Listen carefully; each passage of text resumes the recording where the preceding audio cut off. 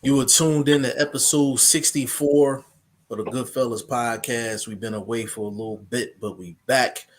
G5 Jeff TV, aka G5, aka 5, aka the Guru.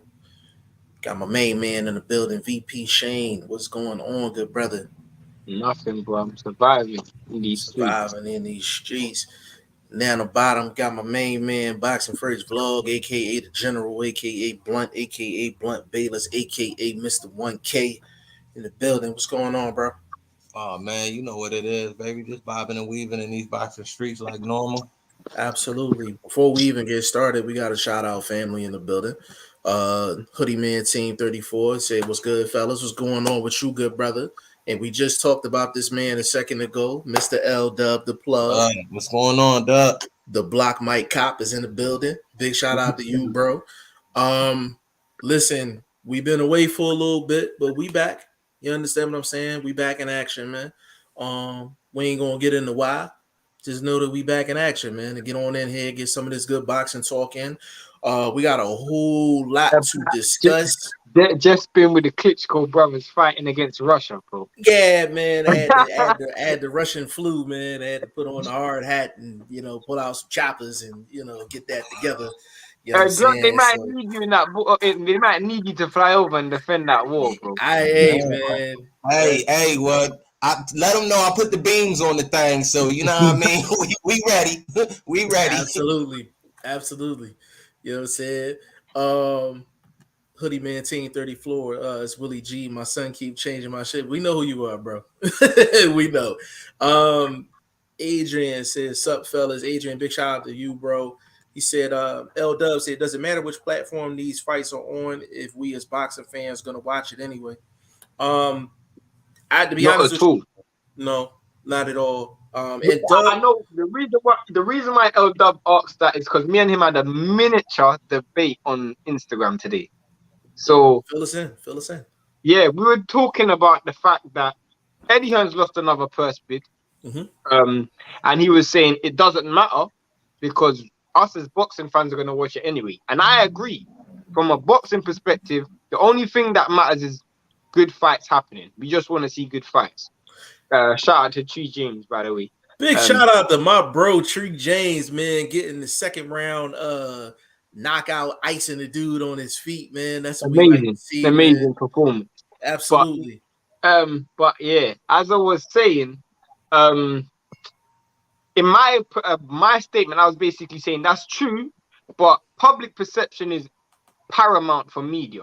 You know, whether it's the truth or not, what public believe, the public perception is so important for people who's distributing content for other people to consume. And the current narrative right now is, why is Eddie Hearn losing these purse bids? I don't know about in America, but there's been a lot of questions of the Zone's finances. Obviously, the Zone was supposed to purchase BT Sports, that fell through. The Zone closed down some of their offices in America. People were wondering why that happened as well. And also now they're losing purse bids. So people are wondering how their financial... Plus, they're also late on their UK tax returns as well, as Frank Warren pointed out. So a lot of people are wondering, why are the Zone in this situation? So I guess public perception is the reason why we even entertain stuff like this. But go ahead, Blood. They gonna be okay, man. They just got a $14 billion infusion. So, like, you kind of waiting for that paperwork to kind of turn over, free up some back end money for Eddie to move with. I think this ain't gonna be okay, man. They got the hottest thing cracking in boxing, whether they in the black or the red. They still got the cheapest, most active stream service for boxing right now. It's better than ESPN Plus. It's better than that Fight TV. It's better than any free shit that we might get as fans on Facebook or even YouTube. You know what I mean? Because sometimes YouTube has like early call fights. I get what it's gonna be okay. I get what you're saying, and I guess I'm speaking because I'm in the UK. So from us, Eddie Hearn has always been the person who's pushed British boxing the most. We were in the dark ages. Eddie Hearn came and brought us into that. Like, British boxing was insignificant. Like, we would never even have debates about British boxing 5-6 years ago if it wasn't for Eddie Hearn. For the first time in the last maybe 15 years, we're actually starting to see someone else take over the current landscape in the UK. And a lot of people are questioning the fact that he's lost 2 UK purse bids with UK fighters. And off the back of the fact that the biggest fight in the last 15 years in this country in terms of what people want to see is now on another platform, Amir Khan versus Kell Brook. And that's what public perception is. I'm not saying what I believe, I'm just telling you public perception. Let me add a little context to that. I actually want to read what Blunt was talking about in terms of the infusion with the zone. So this is from Michael Benson. Big shout out to Michael Benson. Reads as follows: The Zone have announced that billionaire backer Len Blavatnik has agreed a 4.3 billion capital injection, making them debt free. The Zone chairman Kevin Mayer said the recapitalization represents a strong vote of confidence in the Zone's strategy, progress, and future growth opportunities. Now that came out, I think it was Friday. So not to get too business-like, whenever you're dealing with a change in business structure or finances really moving around, especially during tax season, you have to find out what's taxable, what's not, where you're going to move money to, all of that, because we're basically going from, basically in the red to debt free. It's very, very important when you do that. You got to know how to allocate and move things around. So Blunt, that was a real good point on your part. As far as the discussion Shane and Dub was having, yes, it's correct. I agree that it doesn't matter what platform it's on. We're going to watch anyway. Yeah, but at the same time, it goes to show you how much of a run Eddie Hearn is on. So you said 6 years ago, nobody would have been having British debates, period. Yeah. He has taken 2 known L's in the past couple of weeks. And it looks like Frank Warren's on top of the world. Like he's literally got two dubs in 6 years. His bar is so low in terms of purse bids. You know what I mean? It's like public perception. I'm not saying right. Understood. Lowdown on the live earlier today, and a lot of people in the comment section, and this is all British fans, they were all questioning the legitimacy of the Zone's finances off the back of this. We're so not used to seeing what we're seeing right now. Sky put the money up for Amir Khan versus Kell Brook. You see my point? It wasn't the Zone, it wasn't Eddie Hearn. So we're so not used to seeing things like this. I guess it's a bit of a surprise. I'm not saying you've not got no money. It's public perception, bro. That's what I'm saying. You know what it seemed like, bro. And vlog can vlog appreciate this one. That's like Amir Khan taking a flush shot and he just looking at you and smile. No chin glass, no nothing.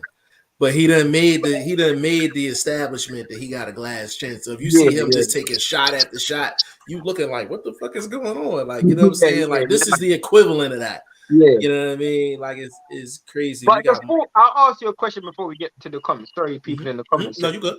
Is the $14 billion injection, don't you find it a bit convenient that he's invested a $4 billion, however much he's invested back into the Zone? Do you not find it convenient that he's done it after the BT Sports deal fell through? Because they were trying to buy BT Sports, and then as soon as that deal falls through, here's $4 billion. You not feel like?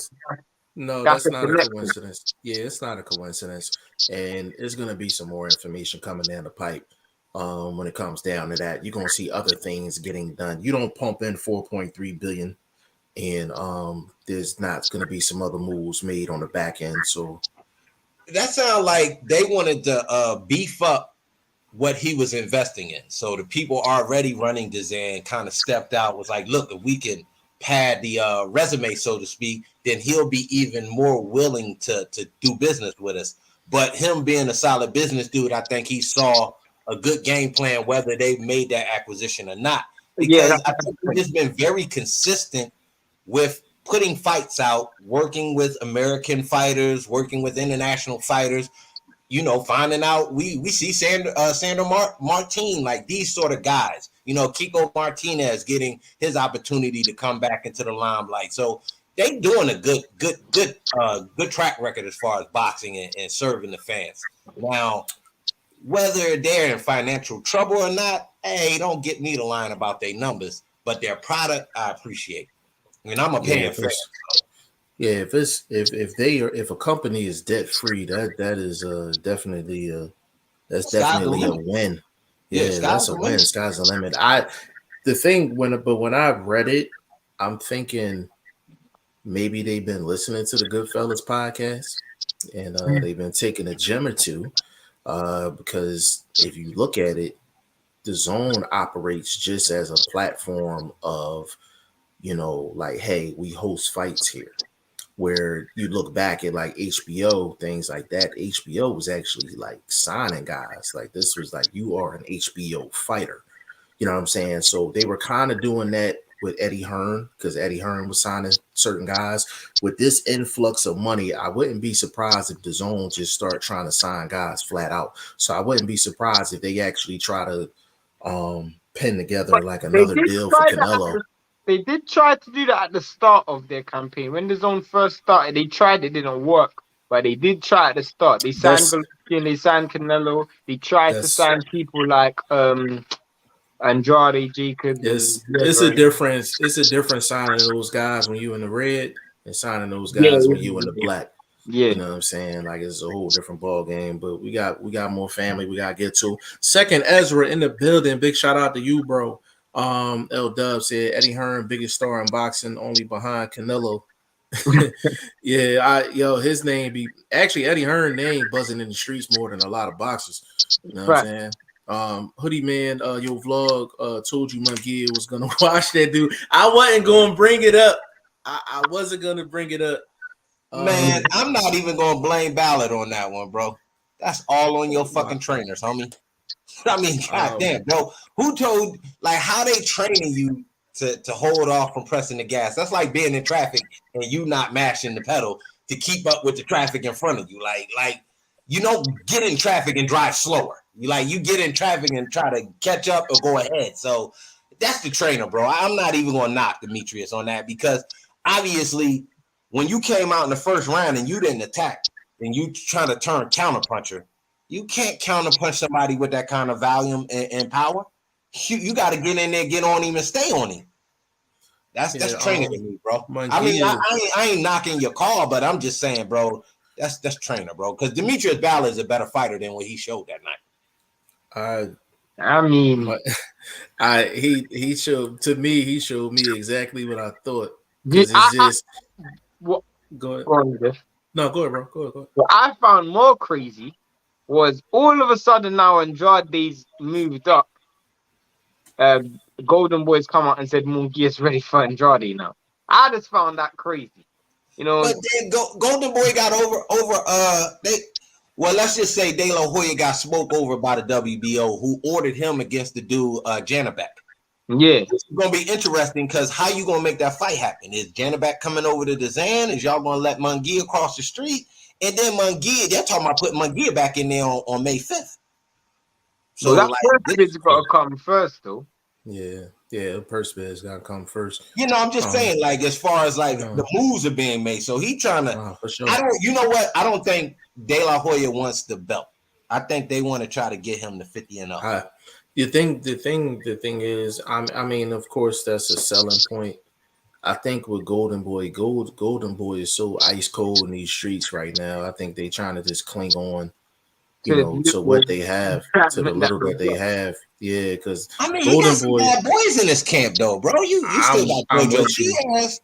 You got. The thing it's different though because you're talking Golden Boy operating with Canelo and Golden Boy operating without Canelo. It's kind of like PBC. They're operating with Floyd, operating without Floyd. There's a big difference. The reason why that's so important is because the Zone gave them that distribution, knowing that Canelo was going to be part of it. Correct. Now the Canelo's not there. More money. Canelo ain't there no more. What are you bringing to the table right now? Right. So we don't even know if you could still, like, you don't have to have a number one horse. You could just have good horses. I still think he has good horses. Yeah, but I have to be agree. in good fights though. They have to be in good enough fights. We can't get another Mungia versus Ballard. We can't get another one of those fights, bro. The thing is, that deal was made while Canelo was still in place. I'm pretty sure there wasn't an out clause in terms of if they lost Canelo, because they had Canelo under a huge amount of fights. So I'm pretty sure it wasn't an out clause in that contract. I so think they for the rest of his career or something. It was like for 5 years or something ridiculous. Yeah, it was a ridiculous amount of time and fights. So I'm pretty sure the zone probably came back to the table like, hey, listen, like we need to renegotiate this because your terms are different. So plus remember Golden Boy was supposed to have 20 dates or 12 dates a year, bro. And they not getting them. They ain't not getting those dates. They're not getting them. And that's the thing. Triple G was supposed to get a certain amount of money. Yeah. He's not getting that neither. And a lot of these contracts, when they get announced, they are announced. They're saying these guys are making these certain amounts. It's performance based. It's not a solid salary, like, you know what I mean? You work a job and you want salary. It don't matter how many hours you're doing, you're getting paid the same amount. This is not that. Like, they're announcing, like they said Triple G was gonna get $100 million. That was solely based off of him fighting Canelo again. Yeah, because he wasn't fighting Canelo. You seen what he's been actually doing. He's been sitting on the shelf. Like, I'm not paying you $15 million, $20 million to go fight Joe Schmo. Yeah, that's what I'm saying. We can't get another Mungia versus Ballard. We can't get that.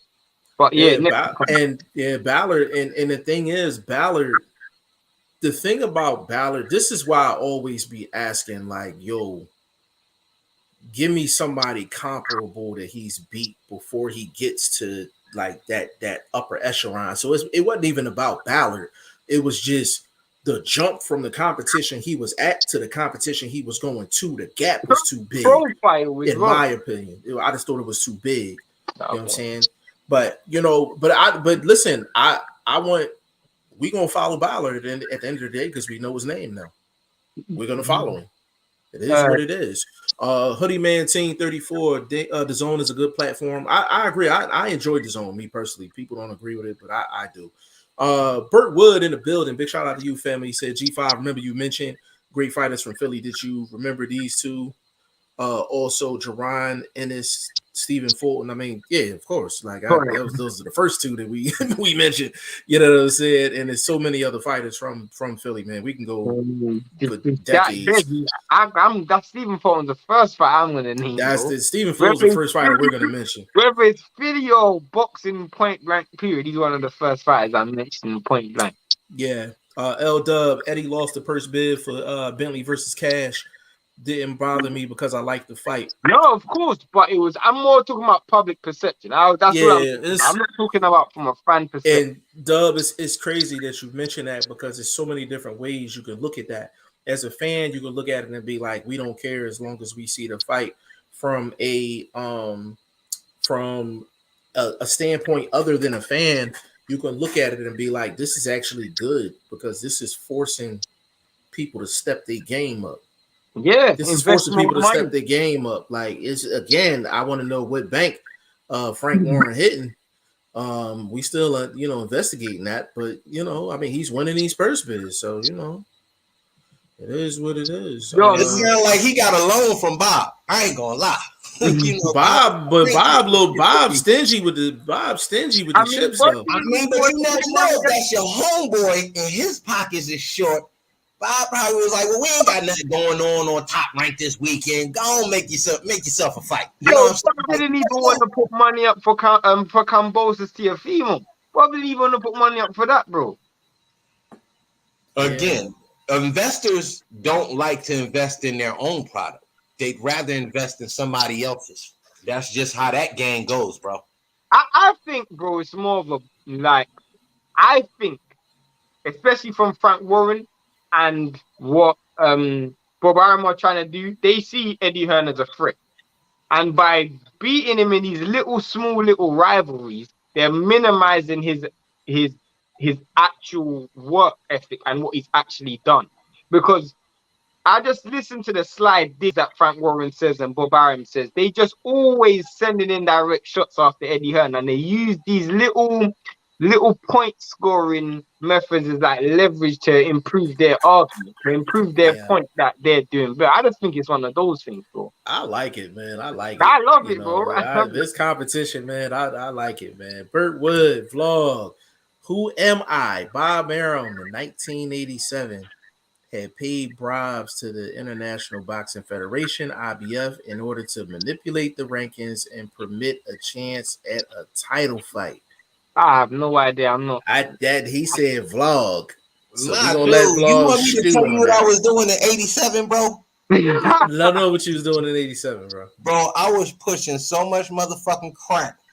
I was a 15-year-old kingpin in '87, bro. But I was still going to high school though, playing on football team, Germantown. So I wasn't deep in the boxing knowledge. You overtopping me with that one. I ain't even gonna lie to you, bro. I'm looking for the answer for that one for sure. Yeah, bro, you got me on that one. I ain't gonna lie. Yeah. Man, in '87. Ashley's corner. What is going on? Ashley, you know what? I'm glad you're in here because I need for people. I gave wrenches out.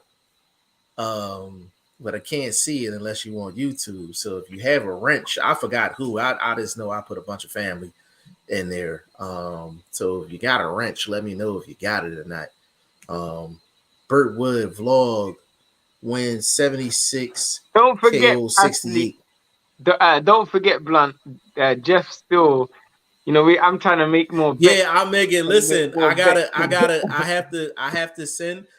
To let people know, I'm sending Shane his care package tomorrow. You don't need to send it to me. You don't need to send it to me, bro. No, you have to. You need it because you got to put some bets in. So you need it. Bro. Oh, the truth is, bro. The truth is, I just want the bragging right, and I'm climbing in the league. I'm third in the league right now. That's I'm fine. In the but I have to send it. I have to send it. It's only right. I have to send it. So the care packages are coming tomorrow.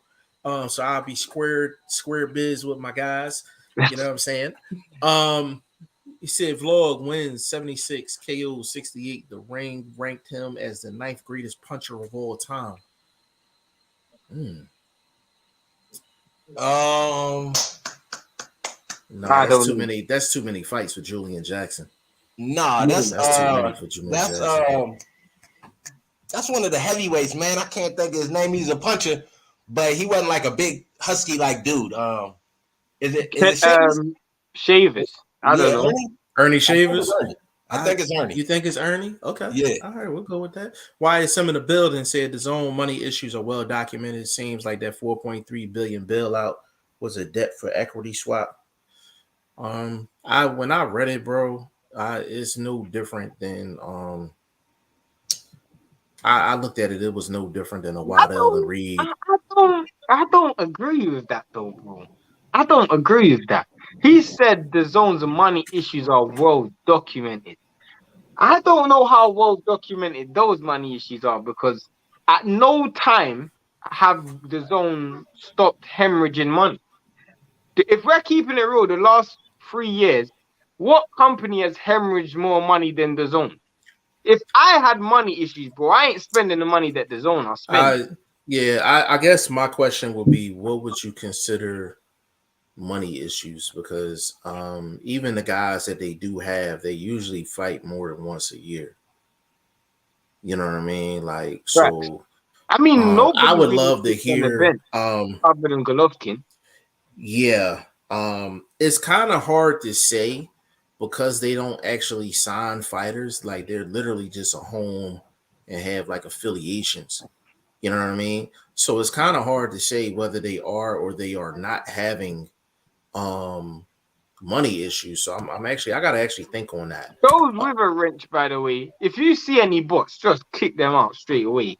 Yeah, kick them smooth out, man. I not only did I do it for that reason, but it was just I was actually watching Bruce Goals, and I just seen like wrenches all over the place, and I said I got to get my wrench game up, man. So I just went to YouTube and just handle business. before we get through the comments, I do want to talk about the what's it called fight though.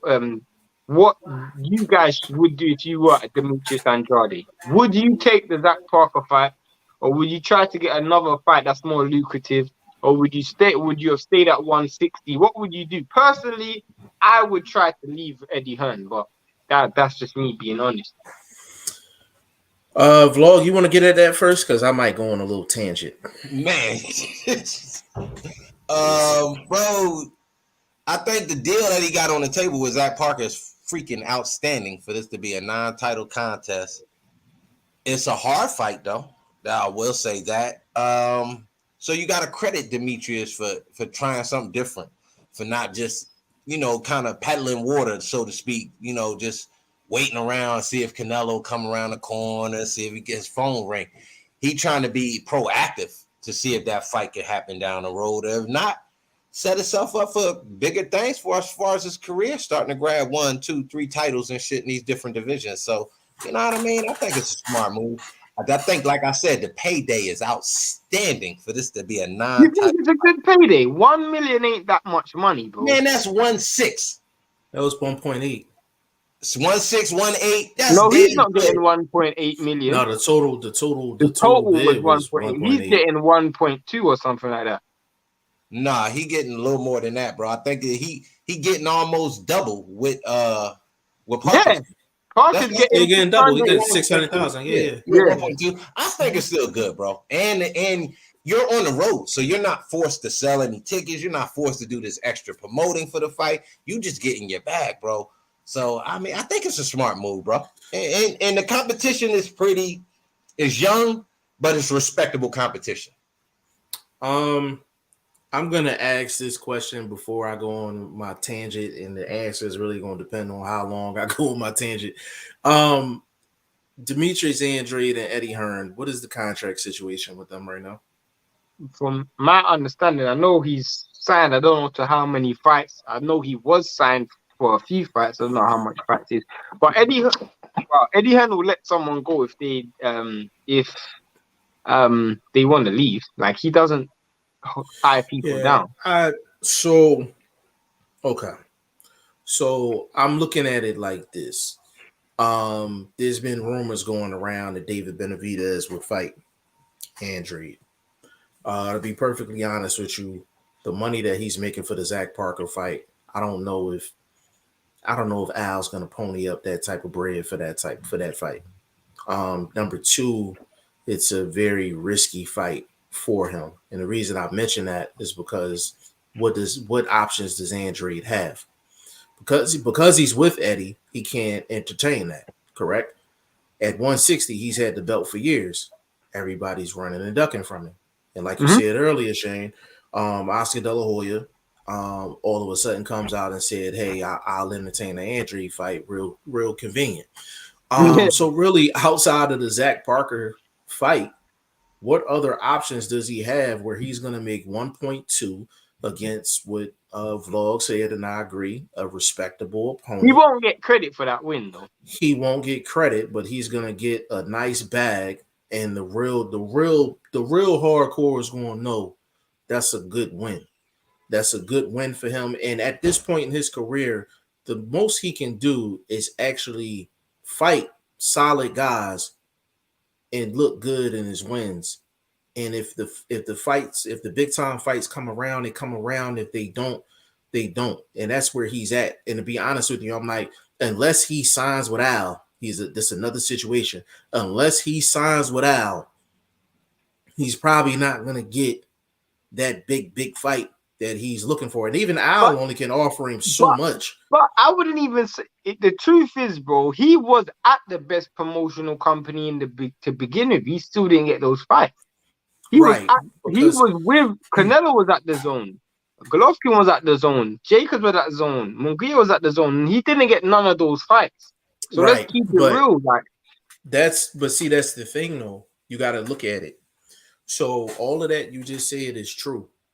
But all of those people were connected to the zone. And we all know the zone had a list of guys that they wanted those specific guys to fight.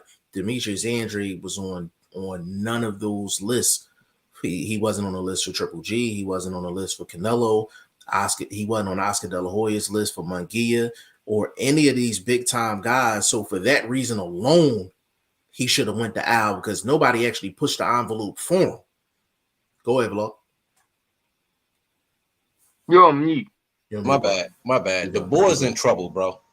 If we seen just what happened with Danny Jacobs, I would be very leery about a decision in this fight. I think he need to put the foot on the gas and KO this youngster, because I'm just saying, if you don't, if they're not able to advance with you, then they'll find a way to slide you out the side door. That was dirty pool. The situation to be winded down the way it did with him, that was dirty pool to send him out. There's a little bit different. There's a bit of a difference, though. Not to me. Again, I can understand you talking about paperwork, but again, if your paperwork is current and you trying to get it torn up, this is a way to do it. Get into a dispute with your fighter over a decision fight placed on a platform that you're known to run, so to speak, quote unquote. I think that'd be this isn't with Eddie though. This is with Frank. He ain't signed to Frank. This is on another promotional company. He's got nothing to do. He's got no affiliation to this promotional company. Yeah. But you're still signed to the promoter. So your promoter has some input on. Not on this fight. He don't have no input. Straight to first pitch. He went straight to first pitch. He has no input. Now, doesn't that tell you something? So you telling me a lot. Exactly that. You can't trust what Eddie Hearn's plan for you was. Bro, me and YSM was talking about this the other day. This is why I would leave Eddie Hearn for what Blunt just said just then. And I realized what Blunt was saying was true when Canelo was there and Canelo said, you fight nobody, you fight no one. And Eddie Hearn was laughing, forgetting that he was the one matchmaking for Andrade. To me, bro, you can't. Eddie Hearn has disrespected Andrade on numerous occasions, and now he's got a purse bid.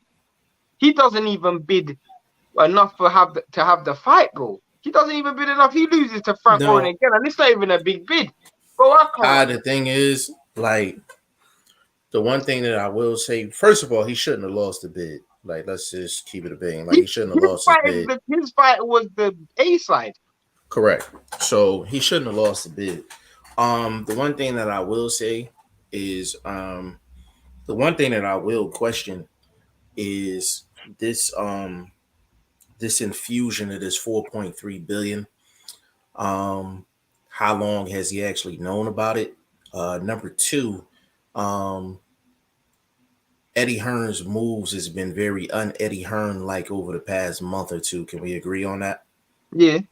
But the fact, and I don't know, this is me just speculating, but the fact that he's not doing Eddie Hearn like things, and then you see this business news come out with the zone, I find it. I'm wondering if there's more to it, why he's not moving the way he usually moves.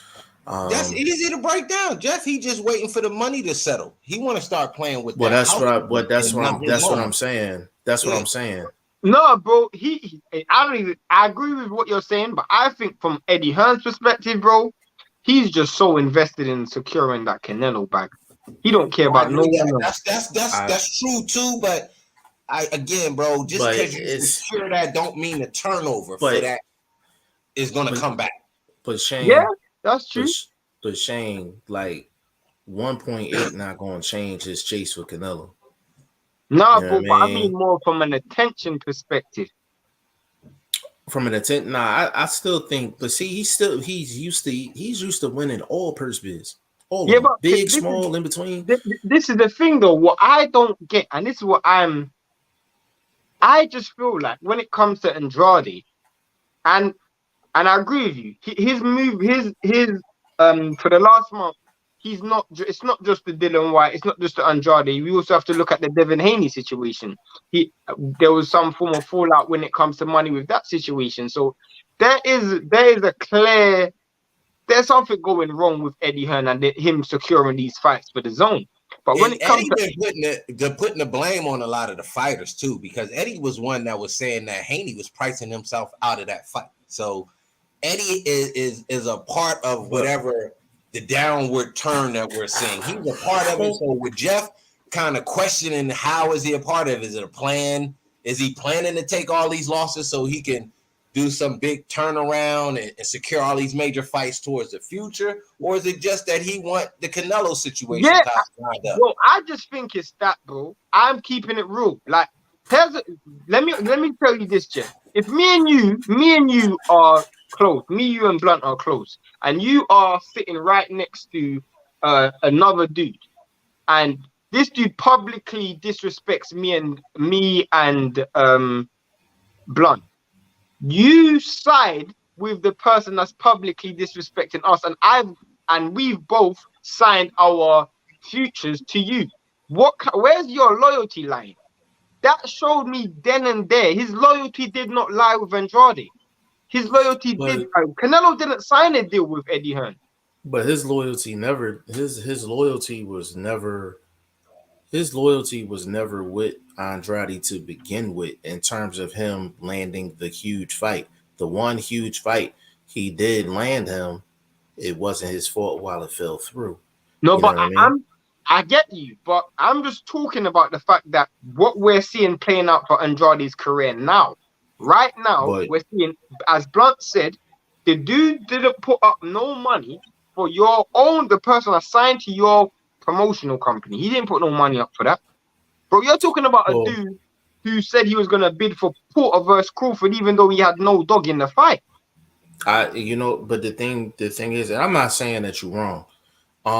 What I am saying is with Eddie, it's just when somebody acts out of character, like, it just gives me cause to pause. So I'm like, Vlog got a point, Shane, you have a point. I'm kind of curious to see what news is getting ready to come out, because I feel like this is not it. I feel like we haven't got all the information.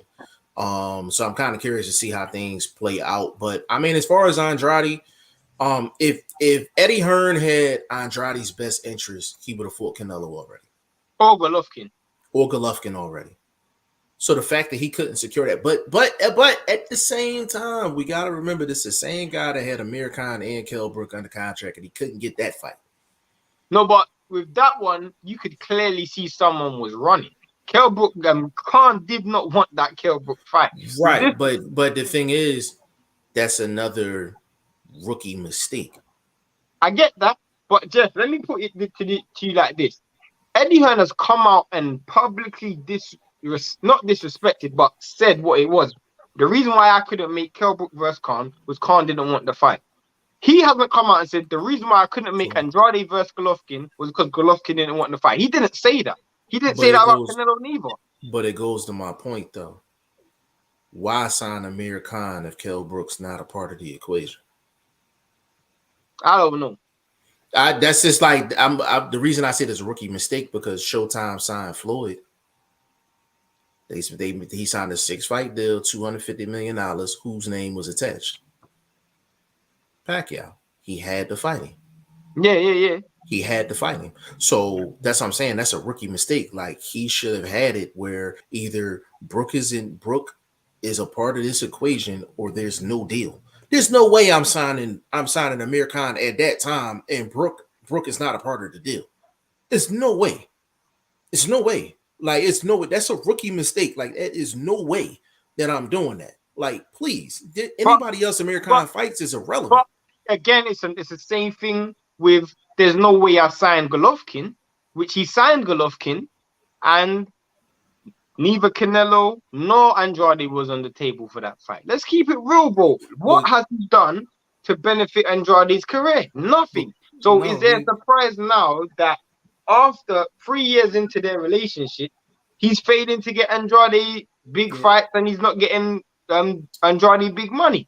The thing is, I think the money that Andrade is making right now is I think it's bigger than any money he'd have made anywhere else. I can't disagree with that. You know what I'm saying? So Andrade's just in a tight spot, man. In a tight spot, man. Like, it's just, no matter where you put him, he gonna have problems. But Andrade's done his job thus far, though. Absolutely. He's all he can do is go in the ring and win. comments. Got you. My bad. Said like to see him fight Janabek. I mean, that's a good fight. I mean, it's a good fight. Is he gonna get credit for it? Like, he's not gonna get credit for them. Ashley's Corner said, yes, I do have a wrench. That's what I'm talking about. Now hold up. About that Janabek situation, I think when you start looking at those fast track sort of guys, I think you'll get credit for that. That's like a guy that beat Loma in his first 8 fights. You're gonna get credit for beating Lomachenko. He ain't getting no credit. I hope I'm wrong. I mean, I'm just telling you, that's a real problem. Not a problem, but I don't think you're gonna get no credit. I hope I'm wrong. I really hope I'm wrong. I don't think he's gonna get credit for neither one of them fights. I'll be honest with you. I'm like, I think Andre. But we the ones that could give him the credit. We not I'm not saying us. We definitely gonna give him the credit. I'm giving credit to Andrade his whole career, but guess what? He ain't got him a Canelo fight. Ain't got him a Golovkin fight. Ain't got him a Munguia fight. Ain't got him no big fight. And everybody uses the same stick, which is he ain't fighting nobody. Right. That's a fact. So I mean, all we can do is control he's in that realm now. Like, to me, if you start talking Janabek, if you start talking Falco, you start talking this youngster at 168. Okay, now you're getting a little bit more out of that Yelderman range. You understand what I'm saying? Like, there's a different level of fighters that he's starting to beat. Bro, or at least he beat Sulecki. He beat Sulecki fresh off the Rosado win. He beat him 12 rounds, every single round. They gave him zero credit for that fight. I think zero credit for that fight. The thing is, bro, I just think Demetrius just need to continue to just start smacking people around. He get in the ring with Janabek, smack him around. If he get in the ring with Zach Parker, smack him around. Just smack him around. I see what you're saying. Them KOs will start smacking people around. Lean away a little bit more. Bro, what I would do is I would keep turning up to these press conferences as well, bro. Just turn up these press conferences. Start putting pressure on these dudes, man. And even if he don't get the fight, he's embarrassing them in public. You know what I'm saying? Bro. Like, so he just need to start putting smoke to these. But now he don't have a strap. I just think he's lost so much leverage. But I don't think the leverage even mattered. Even when he had it, it still ain't work for him. So it's just like, that's why I said, get in the ring and just start smacking people around. Go in the press conference, smack people around. Like, do what you gotta do. Burt Woods said George Foreman. Damn, why I ain't think of that? That's damn. I didn't think you'd be seen as a 76 fights. Who the fuck was he fighting after Mike Moore? I thought the motherfucker re-retired again. Like, he fought Shannon Briggs as well. He fought a few dudes. Yeah, I completely forgot about Big George after that Mike Moore. I just thought that shit was such a travesty to boxing, but you know, it is what it is. Big shout out to Edwin Castillo. For some reason, I can't pull your comment up, but big shout out to you, bro. Pan-Man McGriff in the building. Big shout out to you. He said, I'm at Real Boxing. Get him a shout out. Big shout out to Real Boxing. I'm going to have to holler at you about that. Edwin said, hold on. Let me read Edwin chat because, you know, that's one of our day ones. Edwin say, what up? What it do? What's up? I've heard from my boy Vlog. What's up, fam? He mentioned Canelo, and boom, here I am walking in the door. That's funny. That is funny. John Hugh in the building. Big shout out to you, family. He said, Eddie's fate is tied to the zones. If they do down, he goes down with them and will be naked, especially when Usyk beats AJ again. Apparently, and I've heard this from numerous sources, apparently AJ ain't signing with the zone. AJ signing with Sky. His next fight's gonna be on Sky. And see, that's the thing. These are a lot, like Bob Arum takes a lot of heat. Al Heyman takes a lot of heat.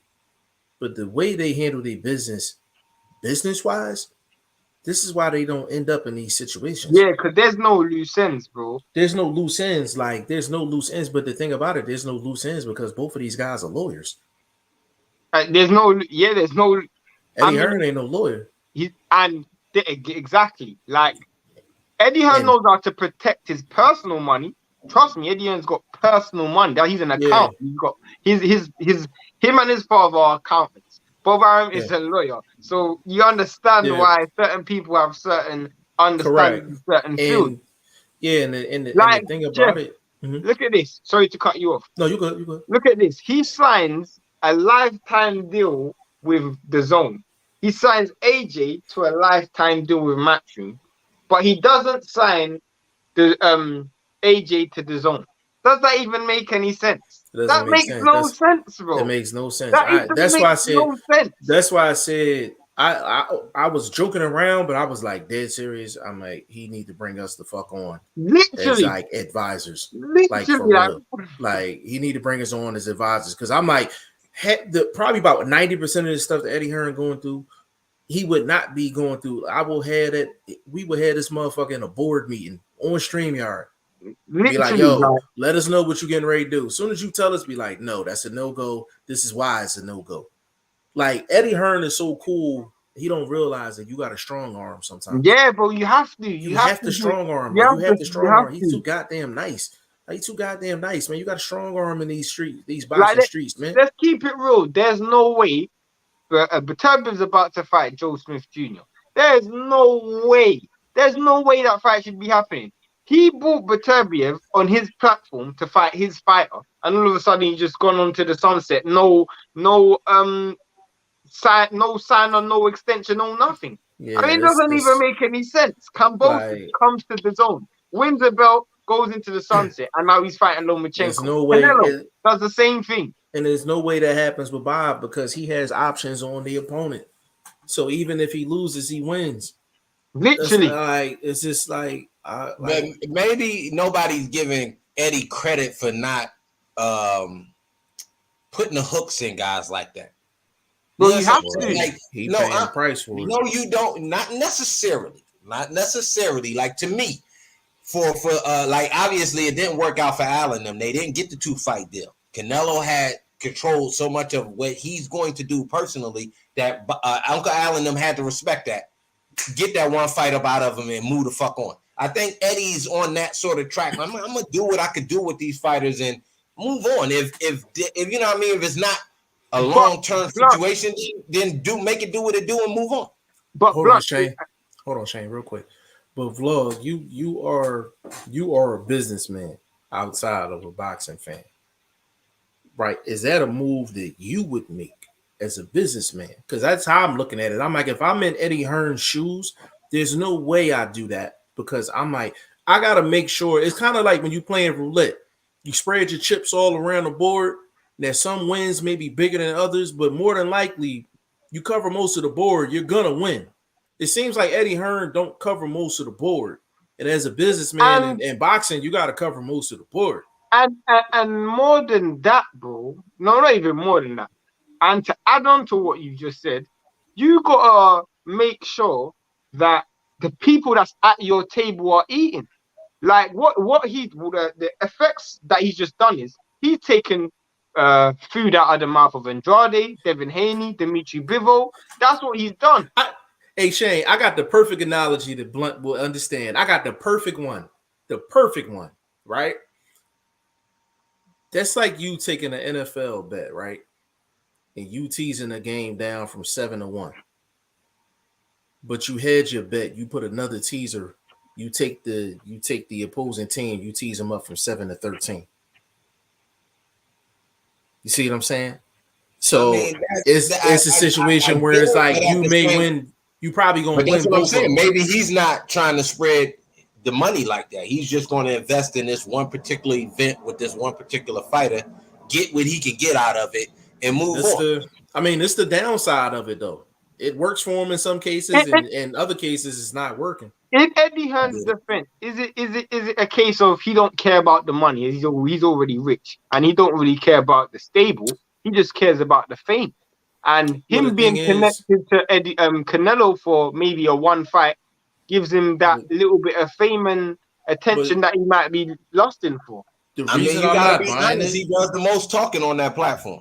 The reason I don't buy that, it don't matter if you a thousandaire, a millionaire, or a billionaire.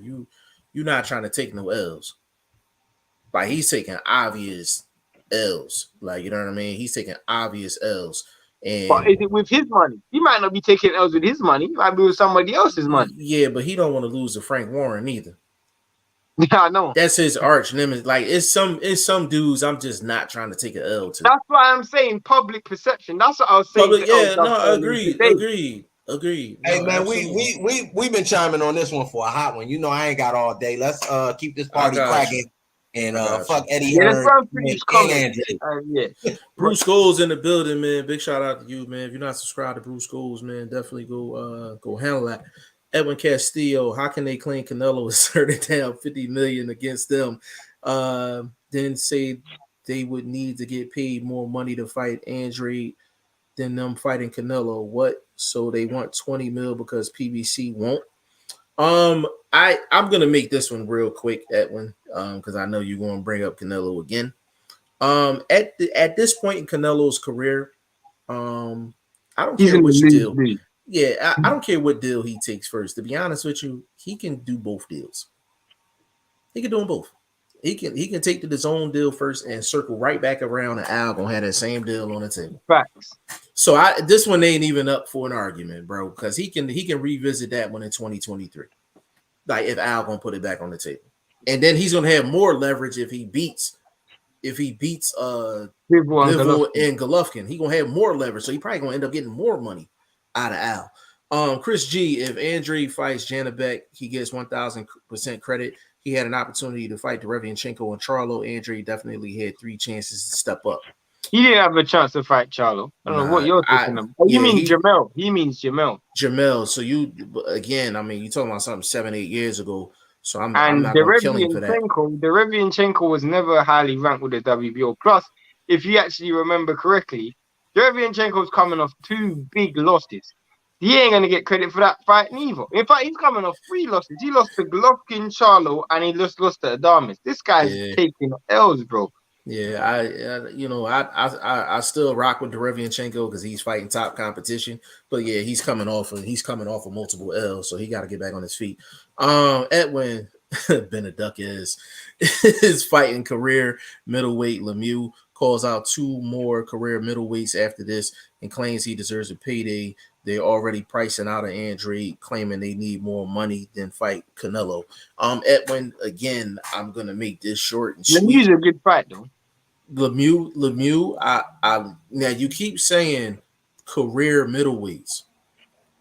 If nobody at 168 is trying to see you, what other option do you have? You either have to go up or you have to entertain guys at the weight below that's willing to come up. I will encourage Derevianchenko to move up though. I mean not Derevianchenko, Benavidez to move up. Oh yeah, if he moves up, it's yeah, it'll be crazy. But Benavidez doesn't have much else to, and I agree with Shane. Like, I don't want guys sitting around waiting for the Canelo shot. Like, it's like go fight. Like, I like the Lemieux fight because Lemieux is gonna offer some type of danger.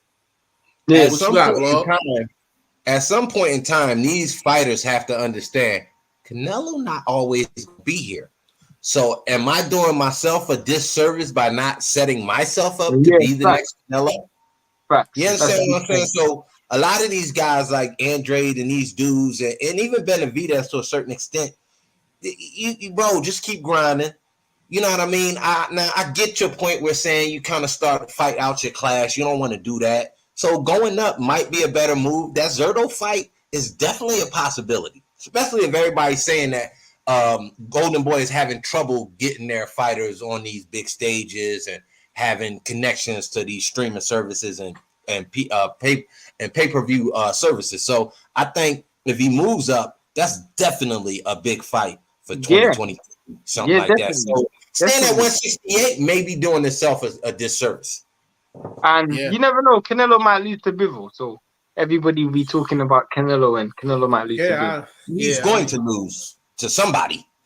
He's already lost. So he's not going the rest of his career undefeated against these big time fighters. Somebody going to catch him. He can't keep fighting PHPs for the rest of his career. Facts. Edwin Castillo, how does that make sense? PBC will never pay Benavidez even 10 mil to fight anyone. They're full of lies. I mean, at the end of the day, I'm not really sure, bro. We're gonna see what happens. John Hugh, DAZN is going nowhere. Too much money behind them, and they just got out of debt. Now, I'm not saying they're going anywhere. I'm just saying they're struggling to. They're losing the propaganda narrative right now. Let's put it that way. I actually, you know what I think? I think they honestly setting themselves up for real pay-per-views and continuing the regular streaming service on the ESPN sort of scenario where they have archive fights, things like that, current Tuesday night sort of fights. I think that's what they're doing. They're struggling to promote fights because, like in the America, for example, I don't know how it is over there, but I'm pretty sure fights can be promoted on like NFL matches or basketball games and stuff like that. The Zone can't really do that. And over here, like football matches promote boxing matches because it's on the same channel.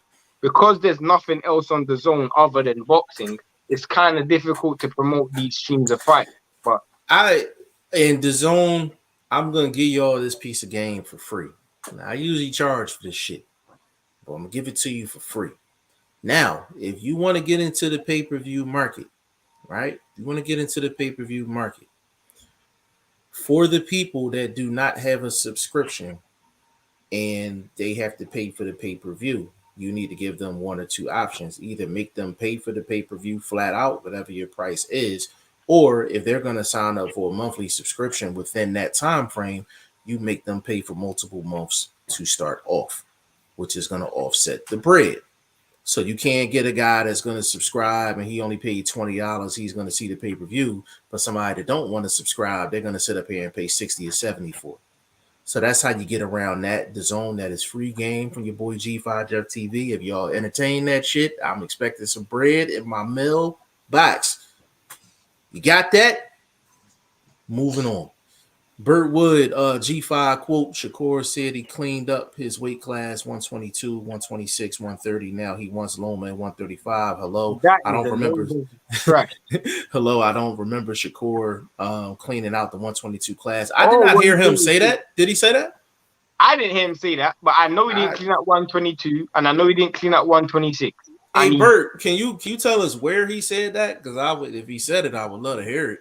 Not that one. You know, he usually stay on Twitter, so if he talking reckless, he talking reckless on Twitter. Okay. Chris G, Edwin, watch what you're saying. You're putting words in a lot of people's mouths. Hey, Edwin, you can't say nothing about Benavidez, man. We got Benavidez #1 fan in the building, man. That's gonna turn into a fight. At Chris G, it looks to me that the Zone is leaking oil big time, and at some point, the money behind it will call it a day and cite the losses. It looks like they are throwing good money after bad. John Hugh, let me say this real quick. This is where I'm like, people need to be consistent with the amount of smoke that they're giving. People like to talk money and business when it's convenient for them. Let's just keep it real. We're literally talking about a man losing a couple of purse bids, right? We just sat up here and we watched Thurman do what? 39,000, 39K, right? Like real quiet, right? Real quiet. We had Ortiz and Martin. What they do? 20,000. Quiet, right? Quiet. Yeah. Tank did 50. But that was Sunday. That was a Sunday. Understood. I'm with you. But it was quiet, right? It was quiet. But if Bud and you got other situations where guys sell somewhat of a low amount, they not a pay-per-view star, they not this, they not that. I'm like, yo, if a card do bad numbers, it don't matter who it is, man. If you're gonna call one out, you gotta call everybody out. You gotta call everybody out at the end of the day. Like, you have to be even with your smoke delivery. You know what I'm saying? Listen, we are smoke detectors. If it's smoke, your alarm should go off. It don't matter. Oh no, that's smoke from the PVC side. I can't let the alarm go. Damn all that. You know what I'm saying? Shit crazy. Edwin, he said what? How it's statements made by them. Chinko was undefeated at the time of the talks fighting Andre. No, he wasn't. because when when Chenko was undefeated, Chenko for his first loss to Jacobs, if you remember correctly, Andrade was man the chief of Billy Joe Saunders. He wasn't even champion at that time, bro. Yeah. Burt Wood, G5, any updates on Kambosos, Haney, or Loma? Yes, Kambosos versus Loma. Kambosos, Loma. With the rematch clause. Yeah, that we putting the stamp on that. That's courtesy of the Block Mike Cop. You know what I'm saying? Edwin Castile, yeah, bro. I typed as y'all talk, bro. Like if you went to another topic, I'm on that, but all love, fam. Everyone will cry once the king retires. They have trouble getting what fights. You know what, bro? It's gonna get to a point to where Canelo is gonna need opponents. It's gonna get to a point where Canelo needs opponents, and it's really gonna be like, hey, like who is he gonna pick and choose to fight at the end of the day? So a lot of guys are gonna get opportunities at Canelo. The thing I do like about Canelo though is he makes sure his opponents get paid though. I can't say that about Floyd. I mean it's a fact. Like he literally will come into a negotiation and be like, yo, you gonna make this $2.5-3 million, no back end money, no nothing. Take it or leave it. That's the one perception. A lot of people think that Floyd's opponents end up being filthy rich. Yeah, they get their biggest paydays, but there's no Floyd opponent like outside of Cotto and Canelo that has made more than Caleb Plant fighting Canelo. Of course, Pacquiao. Well, Pacquiao. Hold up. The pay scales are different too. We got inflation nowadays and whoop-de-whoop. So I think just the change in time. That's over a decade ago. I can't agree with that because he was making about he was making hundreds. But you also had to have that guy. And boxing has always had one of those guys, Mike. But that guy's Canelo now. Right. And Canelo's paid. So boxing has had that guy. My thing is, like y'all said, Canelo getting ready to retire here soon. I'm thinking 3 to 5 fights. That's it. That's what, 3 more years tops? Okay, who's next? Like seriously, who's next? That's a good question. Yeah, it's a good question, but whoever it is, you know they're gonna get paid. You know they gonna their game better be sharp, homie. I'm talking like brand new cutlery sharp. I mean, it might be what's it good, bro? It might be it should be boots. That's all I'm saying. It ain't gonna be boots. I know that because they hate the best. You know what I mean? You gotta be good and ignorant at the same time. Which I saw a little bit with Floyd. I saw a little bit with Mike. You know the thing that's funny? I had a vlog, and I meant to tell you this earlier. I had somebody. I was on the phone with somebody. I'm not gonna say who, but it's somebody that tunes into this channel. They actually sided with you in regards to the whole Blair Cobb situation. Like, basically, how dare he call out Boots? I know that isn't ready. I know that isn't ready. I know that isn't ready. I literally it's a surprise, neither. I literally was just like, he's not exempt from competition. I know exactly from competition, huh? I know exactly. Yeah, but show me that it's not competition. Because I might. No. See, why aren't you asking Blair to show me you are that competition for Boots? Why can't Boots get called out? That's what I want to know.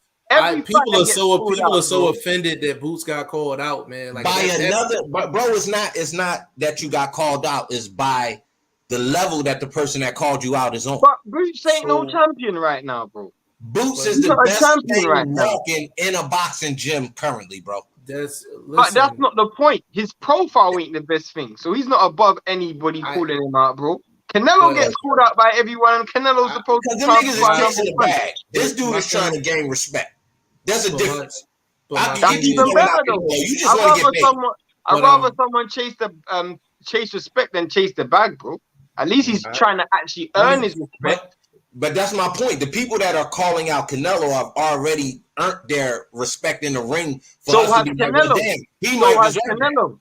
So has Canelo, but has Boots. That's my point. Not really, bro. Not really, bro. Let's stop it. The European tour already had tainted issues. Again, 2 fights against Triple G, questionable losses. Easily, you can lost both fights. So this dude is not the cream of the crop, bro. I'm not saying that. Watch this. Watch this, Shane. So why did Lipin Yates get the shot then? Because Boots needed a name, and they wanted to see if Lipin Yates could do a turnaround, a bounce back. Can we do something with Lipin Yates on the bounce back, on the boomerang sort of thing? And Boots beat the brakes off of him. Got you. I got you. Next one. Delorme, why did he deserve the opportunity? Again, you're trying to give somebody that's already the goods some names. That's all you doing at PBC right now. Right. So Blair Cobbs is not a name? No, he's not. I didn't know who he was. So and I'm from the city. And I'm glad you said that, bro, because you walked right into the ditch. How many people on Boots' resume you actually recognize? At this point in time, bro, when your resume is stacked with all of these fucking knockouts and all these stoppages, I ain't asked you that. I don't even care who you knocked out, bro. I ain't asked you that. You had 30 plus KOs. You damn near tipping 30 plus KOs. And then I need to see you in there. You were reaching for the top of the ditch right now when you're trying to get out. I just asked you a question. I just want him to answer my question. Hold on. That's like saying Ray Robinson called out Boots. You gonna respect Ray Robinson for calling out Boots? Yes. Ray Robinson? Yes. This dude, bro, but you still didn't answer my question. You still didn't answer my question. Come on, bro. This dude. I said out of the people that is on his resume, you just told me Delorme got the shot because PBC is trying to get Boots names. Am I correct? That's what you just said. Yeah. So you said Blair Cobbs is not a name, but you told me in the previous show. And he's not accomplished. But you told me in the previous show that he would be top 3 in terms of his resume. As far as what we can say, hold up. When I'm saying like potential, like, okay, Boots beat a guy early in his career, but that guy he beat had no real potential. But I get you guys doing that to Boots. But it goes back to what I was saying.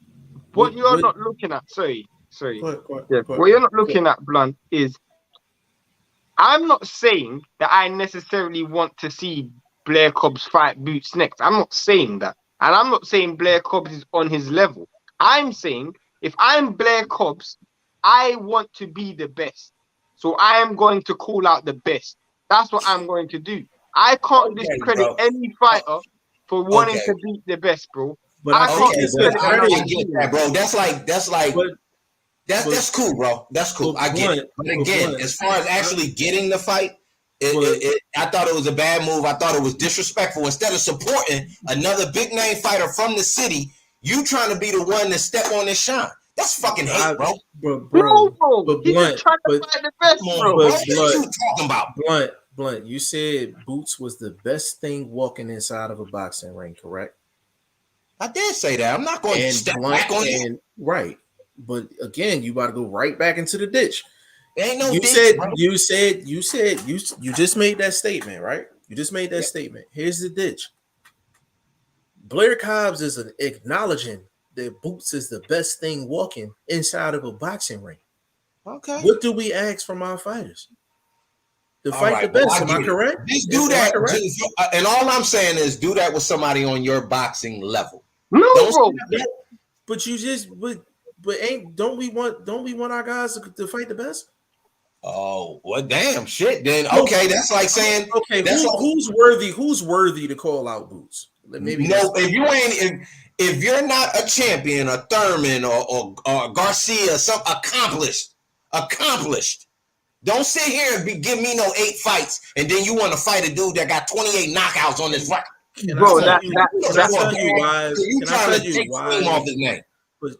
Bro, can I tell you why I have a problem with that theory? Because that same theory can be applied and Boots don't get the opportunities he's supposed to get. Exactly. You understand what I'm saying? Exactly. So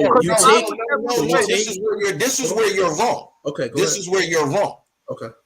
When as you're moving up You're given opportunities based on your accomplishment. Am I correct? Yep. Correct. That's my point. So at some point in time, let him go. Go ahead. At some point in time, you can't be avoided. Right. That's all I'm saying with Boots. Like the dudes at the top can't avoid him to keep saying that they're the best. Okay. 1 second, Blunt. So you said unless you're Furman, unless you are accomplished, Furman, Crawford, Garcia, one of those names, you don't deserve the right to call out Boots. Well, if I'm no. See now I'm gonna have to straighten that out. I'm not gonna say you don't deserve the right. It's just something that I'm not respecting. Okay. That's like a bum sitting on the corner talking about I want to fight Mike Tyson. Okay. You won't give them respect. So what if Errol Spence comes out and says, unless you've won a world title, you can't call me out? Then we can turn around and look at Earl Spence and be like, hey, duck artist. No, because he's done the same thing that Boots just done, bro. He's doing the same thing Boots just done. He's literally doing the same thing. Boots didn't do it. I ain't doing it. But you're discrediting what Blair Cobbs is doing, but Boots is doing the same thing to Errol. He's doing the same thing to Crawford. No, Boots is continuing to work and so get those Blair Cobbs, bro. Okay, my dude. So bro, like you don't get it. Like you're not. You still young, so you're not getting a level of respect when it comes to men. You understand what I'm saying? That's like being a boss and some worker calling you out. A worker don't get to call out a boss. Hold on, bro. First of all, hold on. Hold on. Boots is popular as hell. Boots ain't no boss at 147. Man, Boots beat anybody at 147 right now. You said he's a boss. You said a boss and worker comparison. Boots is a worker. No doubt. He ain't no boss. He's a worker that's at the table with the bosses, and the bosses is trying to ignore him. He's not at the table with the bosses. If he was at the table, there's two people at the table. There's only two bosses at 147, and he not at the table. Nope. Not at the table. And I'm telling you, vlog, and I'm telling you, the reason why. Because they hate. Because Blair Cobbs is not getting the shot because A, he hasn't accomplished enough, and B, he's not on Boots' level. Thurman is not giving Boots that opportunity because he's using that same excuse. Danny's not giving him that opportunity because he's giving him that same excuse. Bro, stop it. Not giving them that opportunity because they don't want to be a motherfucking victim. That's just simple as plain. That's simple and plain, bro. They don't want to be a victim. Thurman don't want to get knocked the fuck out. Danny Garcia don't want to get knocked the fuck out.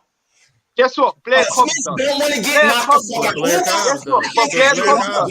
If any of them want to smoke, who got to take the fight? Blair Cobbs want to smoke. Blair Cobbs wants to smoke. He wants it. Okay, is Blair Cobbs gonna give him a title shot? Yeah. No, I'm not. We're not saying it has to happen next. We're not saying it has to happen next. We know what Boots trying to do. Dude, that's not.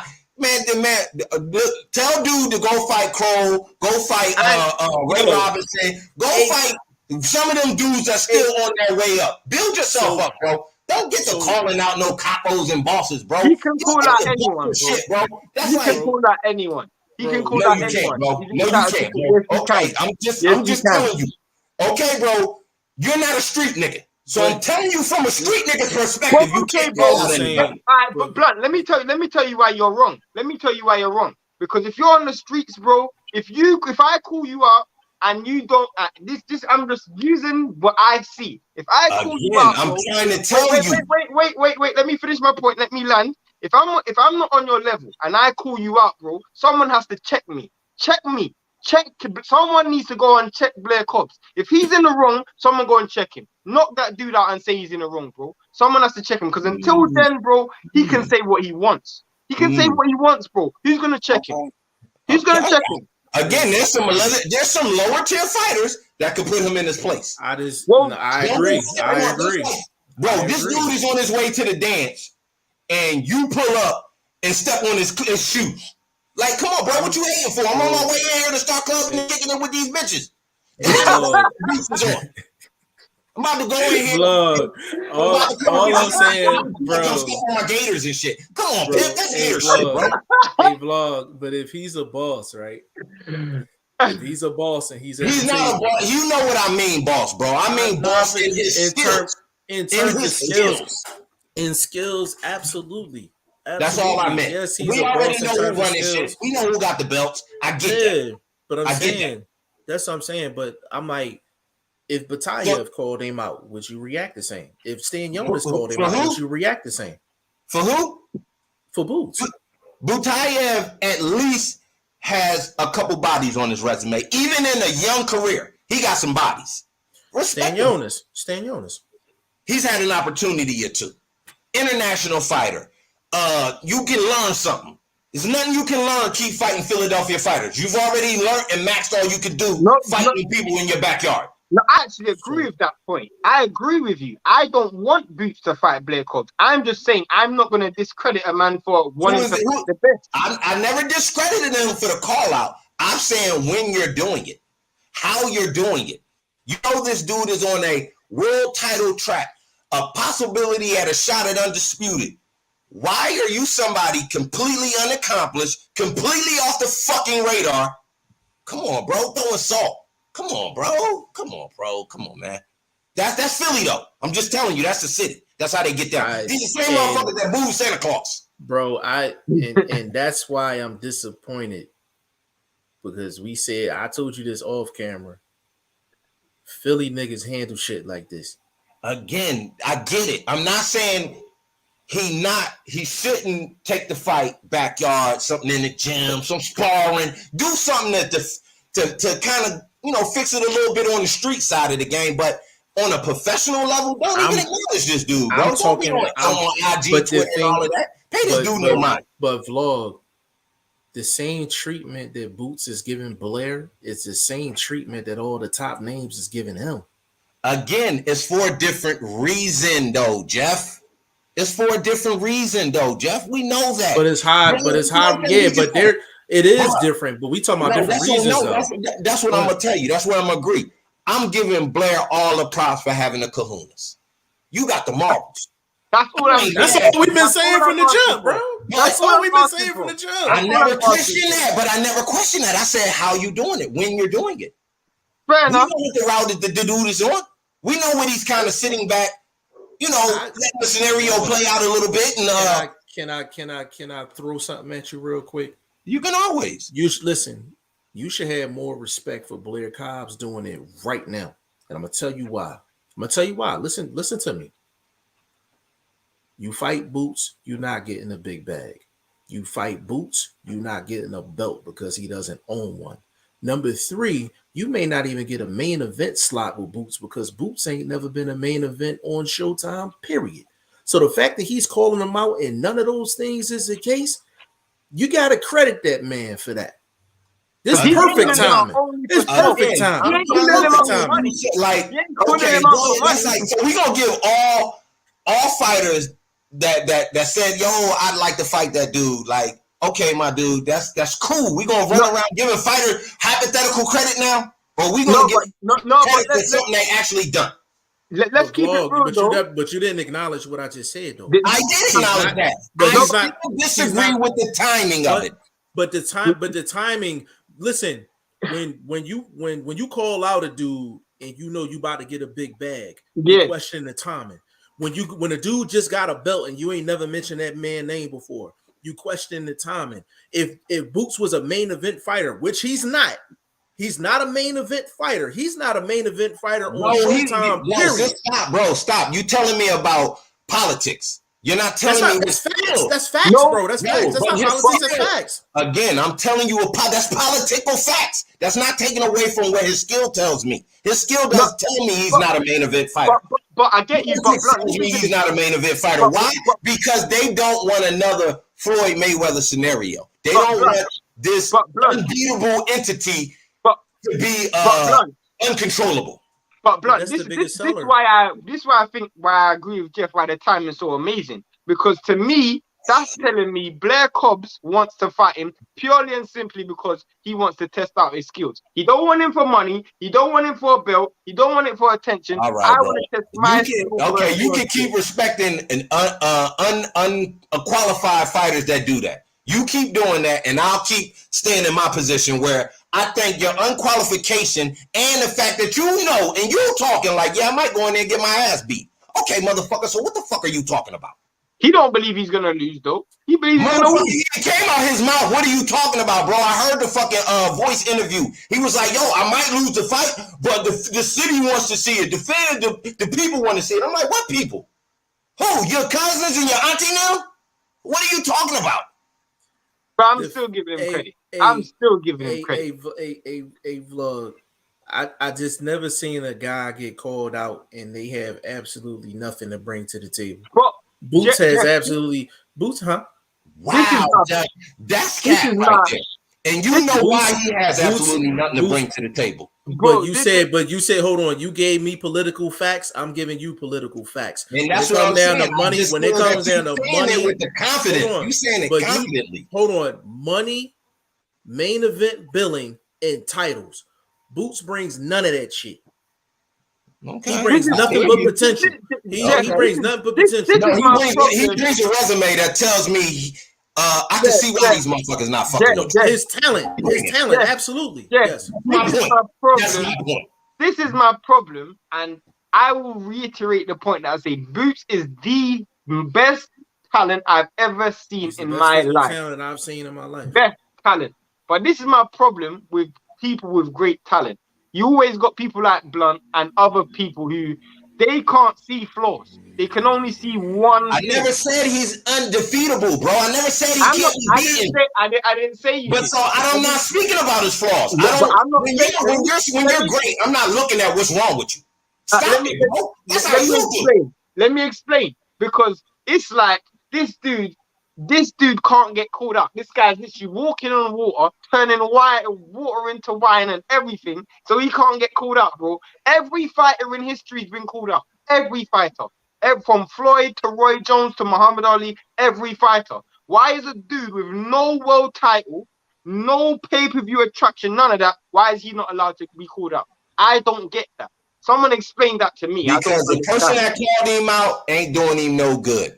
The person that called him out wanted him to go backwards. He's going forwards. So me turning around, paying attention to somebody in the crowd, in the champ, in the ring, that's who I got my eye on. That's who I'm waiting for. Come on, bro. Guess what? If Errol Spence fights Boots, he's going backwards because he ain't bringing him no more money. If Errol Spence fights Boots, he's going backwards. Is that not a fact? I don't know that. I don't know that. At the end of the day, he's gonna get more money fighting Crawford and a belt, and it's a bigger fight. But if he fights, and the only reason there is not a big fight is because platforms like this and platforms that are similar to what we have think it's not a big fight. When to me, that's the biggest fight you can have. The best competition makes the biggest fight. An old-ass Bud Crawford is not the best competition. No, that's bullshit, bro. That's bullshit, bro. Spencer Crawford is the biggest and the best fight at 147. Man, not after I done waited 5 years for that shit. You got me fucked up, bro. It's better competition at 147, bro. It's the best fight in the sport. Bro, I'm gonna make this. Y'all say that shit. I'm gonna make this last statement. I thought YSM was the biggest Boots fan, but it is obviously Boxing First Vlog. But I'm gonna make this last statement before we keep it moving. And you know I gotta go, bro. So make that shit. Yeah, I'm gonna make it real quick. Bozy Ennis is actually on camera saying that he was frustrated because they had about 15 guys actually turn down Boots. Mm-hmm. You can't get on camera and say you're frustrated because Boots can't find a fight, and you literally got a dude screaming his name out. And you turned into Floyd. Okay, bro. I'm just saying. He literally turned into Floyd. I'm just saying. I get you. That's like everybody that called out Floyd. Was he literally supposed to fight them, bro? Like, come on, bro. Literally, that don't make no sense. But Floyd wasn't it. Floyd he fought the people that he needed to fight. Floyd, And Floyd, that's let's what keep it Boots real. is doing. Fighting the people he needs to fight to these chumps at the top. Stop being duck artists and either fight each other or fight the next best thing, which is Boots.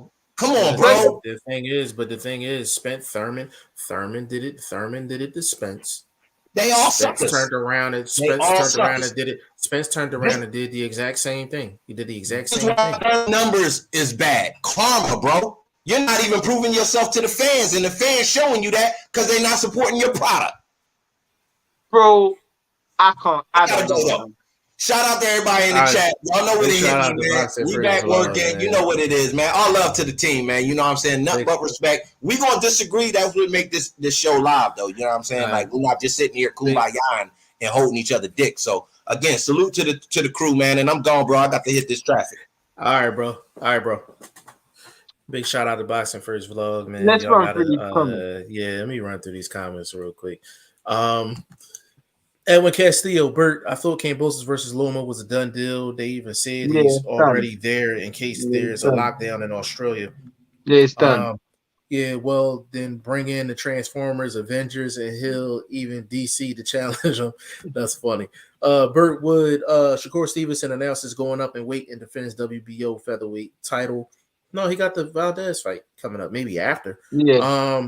T20, what's going on? Said Boots just need to showcase his talents at this point, no matter who he think he is. Yeah, I just want to see him in the ring. Like, I want to see him in the ring, but it's not doing anything wrong. He's not doing anything wrong. Like, I think the people around him and his fans are just so clouded in judgment. It reminds me so much similar to Golovkin fans. Like, I remember when Golovkin was seen as this god, and no one is even allowed to call this dude out. No one can say anything negative about Golovkin. It's the same thing I'm saying. Like, doing nothing wrong. I literally listened to this kind of it's on topic but a different sport. I remember Kobe was talking about a story. He said when he was like a teenager or like early 20s, he was in a gym and Michael Jordan was in there. And he said, somebody called him Black Jesus. He was like, everybody called him Black Jesus. Everybody's scared of him. And Kobe said, Black Jesus? He was like, I'm not calling that man Black Jesus. Either when I get on this court, we gonna rumble. We getting it in. And Kobe wasn't on Mike's level at that time. He wasn't on Mike's level at that time, but Kobe was like, man, fuck all that. Like, I don't care. He ain't Black Jesus to me. We gonna get on this court and we gonna battle. Go on. Yeah, that's that spirit of competition, and that's where I'm like, I've never seen a boxer, like, people get pissed off because a boxer is getting called out. Like, I've never seen this before. I'll give you a relevant one. I remember, and this was years ago, and I often criticized Tyson Fury, but I remember vividly when Klitschko was having tough fights with not Klitschko. Fury was having tough fights with Cunningham and McDermott and Pike and all of those dudes. And he said he was the best heavyweight in the world. And he will beat Klitschko, both Klitschko brothers on the same night. People were criticizing him for saying he will beat these dudes. And the reason why I'm saying it is because at the end of the day, in boxing, you need competition. If I was listening to Blunt or listening to YSM, I might as well just not call out Boots then. I might as well just say, you know what, he's going to beat me, so I should just not call him out. That's not boxing, bro. Competition. I love Boots. Like I said, we can't repeat it enough. Boots is physically the most talented guy I've ever seen since Roy Jones. He's the most talented guy I've ever seen. He's the most talented guy I've ever seen, just in terms of my own two eyes. I never seen Roy Jones physically with my own two eyes, but Boots is like, he's that impressive looking. But I've never seen, there's not a guy that has ever got into boxing that has been exempt from competition. And that's my point. I'm like, Floyd was not exempt from competition. Ali was not exempt from competition. Hagler, Sugar Ray Leonard, Duran, every big time fighter has not been exempt from competition. Boots is not exempt from competition. Period. The two best names he got on his resume is Lipinets and Delorme. Period. And his goal is to get to a mandatory status because nobody's going to give him a shot unless otherwise. And he fights his next fight against Clayton. That's going to get him a mandatory shot. Spence is going to have to make a decision, either fight Bud or fight Boots. He's going to fight Bud for the big money, win or lose. At the end of the day, whoever wins that fight, they're going to drop the belt. And move to 154. And move to 154, and Boots is going to fight somebody for a vacant belt. And then he's going to turn around and he might get treated like Andre. You understand what I'm saying? That's why I said you got to be careful with the type of energy you give to a person, because they might turn around. That same energy might get used against them. So you can't knock a Blair Cobbs for calling that man out, and his timing shows that he's not clout chasing. He's not doing it for money. He's not doing it for money. He ain't doing it for a belt. He's not doing it. Even if he beats Boots, that don't even get him a mandatory spot. He don't even become a pay-per-view attraction. And I'm like, yo, like people really when whether Blair Cobbs is people think of him as a Philly dude or not, Philly dudes don't allow other Philly dudes to call them out, and they don't go handle business. And I'm not saying Boots got to handle business right now. Of course, he's not going to handle business right now. But at some point, he need to go handle it. The thing with Boots, he need to go handle that. He's doing the right thing in his career. Boots, absolutely. Right, he's doing the correct thing. And I think that's where Vlog is really going with it. Like, he has bigger things to do, which, yes, he has bigger things to do. But I read someone that has had 15 guys not take a fight against Boots. It would have been more refreshing if he would have said, listen, I gotta handle this fight to get mandatory. I gotta see what happens with this title shot. Once I get this belt, I'm spanking Blair Cobbs. It don't matter if it's a year from now, 2 years from now. We don't take that type talk. I'm spanking his ass at some point. And leave it at that. He could have said that and left it there. He had to make no other statements, no nothing. Be like, you know what, bro? You gonna get this work? I can't give it to you right now. But for all that talk, you gonna get this work. At some point, you gonna get this work. Keep winning. That's the response. Keep winning because you're gonna get this work at some point. That's what I wanted to hear. Like that's Philly shit. Like that's Philly shit. Like that playing that Floyd thing, that ain't Philly. That ain't Philly. That's all I'm saying. It's not Philly. And we love Boots. We just saying he's not exempt from competition, man. He's not exempt from competition. Like if you got everybody I know, and I don't know why. But when they like a fight, it don't even have to be Boots. It could be anyone. They literally worship the fighter that they love. It could be Chris G with Benavidez. It could be Edwin with Canelo. I just see dudes worship these fighters. I'm like, at the end of the day, these people are human beings. They shouldn't be seen as deities or these godlike figures. They're just human beings. At the end of the day, that's why I always say, I'm like, Boots is a sports car. He can go from 0 to 60 in 3 seconds. I'm literally trying to see it on the racetrack go 0 to 60 in 3 seconds. Even though it's a known fact, I still want to see it. T20 said they in the same division. They have to fight for that city or territory.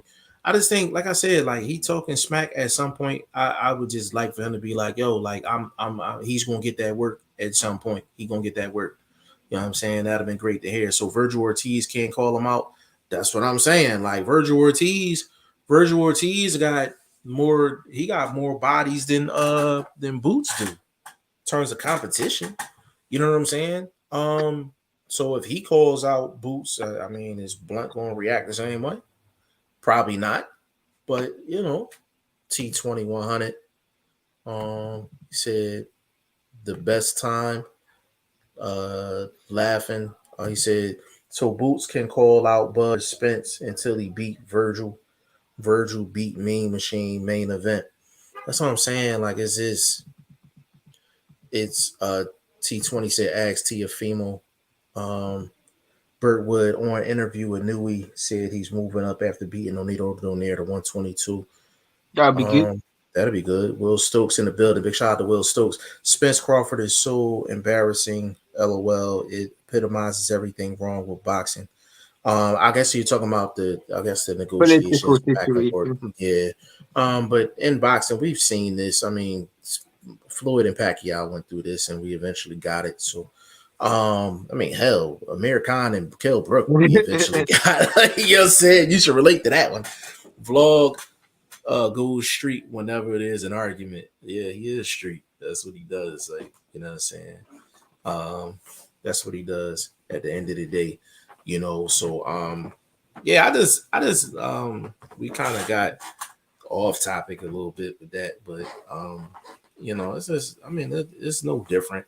You know what I'm saying? Like Boots, whenever he can get an opponent, you know, his next two fights it should be Castillo Clayton in a title fight. Period. Like it's just, you know what I'm saying? Blair Kyle shouldn't get in the way of that, and nobody on his team is gonna allow that to happen. Like, you know what I'm saying? Like, no way they're gonna sign off on that. Point blank, period. You know what I'm saying? So it is what it is. But we gotta actually get into the fights this weekend, man, because we got a lot of fights coming up this weekend, man. Let's run through them. So we got you know, obviously we have Josh Taylor fighting this weekend. Okole's actually fighting on, it's Okole, right? Okole's fighting Sunday. He's fighting Sunday. He's fighting Sunday. So let me run this down real quick. So John, to answer your point, any news on Joe Smith? He's fighting Beterbiev next. Good fight. Yeah, he's fighting Beterbiev. And Will Stokes said, what you guys think of Martinez Warrington 2? Not that fascinated in it, but yeah, I'm not really hype on that. Sonny Conto was fighting actually today. He's fighting on what? It's called Flow Combat, and it's on Facebook pages. Everlast Facebook page. We got let me see, Rigondeaux's fighting in Dubai. I'm not interested in that fight. Yeah, Josh Taylor, Jack Catterall. Who do you think wins that fight? Josh Taylor, right? Yeah, absolutely. Robisi Ramirez is fighting Eric Donovan. I like Ramirez. Patty Donovan. Woodley's on that card. I'm looking forward to that fight. Worley's on that card as well. Yes. Joseph Adorno is fighting on Fight TV on the 26th. Ray Robinson is fighting in Philly. Jerome Conquest. To me, the fight of the weekend is Antonio Russell versus Postal. Yeah, Russell versus Postal is that's the fight of the weekend for me as well. Chris Colbert's fighting this weekend. But like I said, the main event on that card should be Gary Russell versus Victor Postal. That's Gary Antoine. Who do you think wins that fight? To be honest with you, bro, I gotta get in the lab. I mean, that is a tough fight. I mean, Anton Russell by stoppage. Yeah, I gotta get in the lab, bro. And I ain't put the lab coat on in a while. I've been kind of just winging it. I gotta actually get in the lab. I gotta get in the lab. I gotta throw the lab coat on for that one because I really gotta break down some technical stuff to figure out who can win that fight. But that's the fight of the weekend for me. Damn, Albert Bell is fighting. Money Powell fighting. There's another fight I'm missing.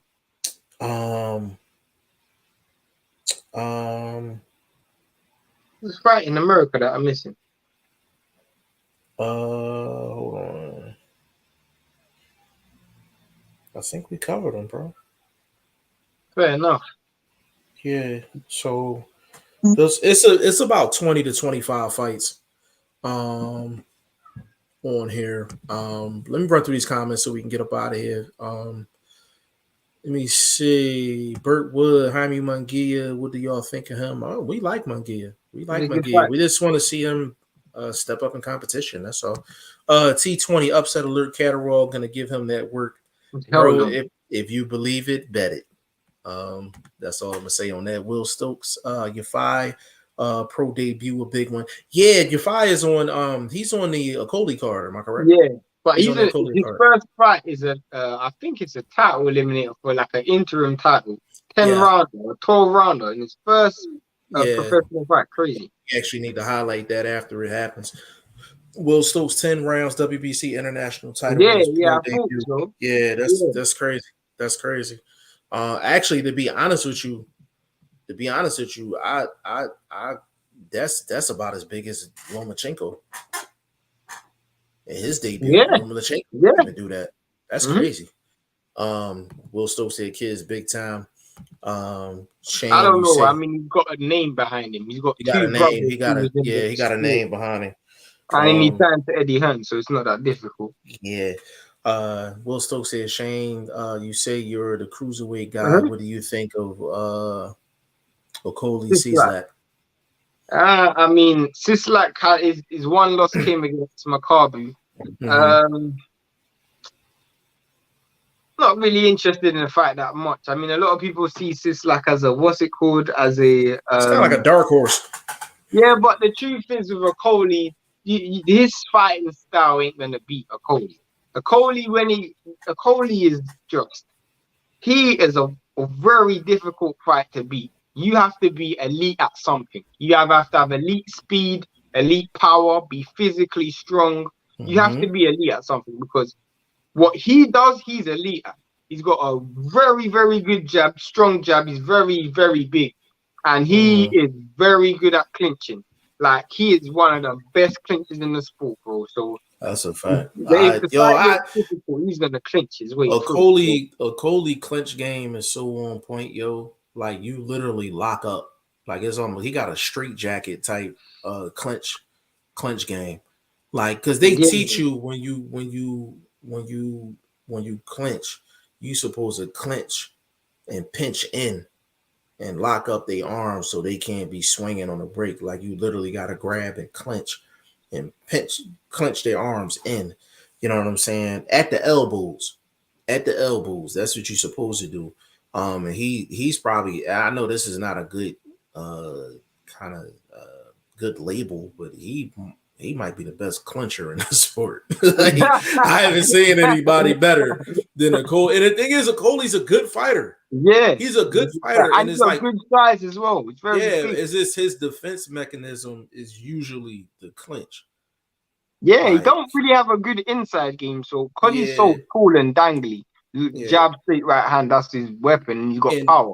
Virgil, you can tell Virgil is getting him where he. No, he's not with Virgil. He's with McGuigan now. Damn, he left Verge? No, bro, that's Buatsi.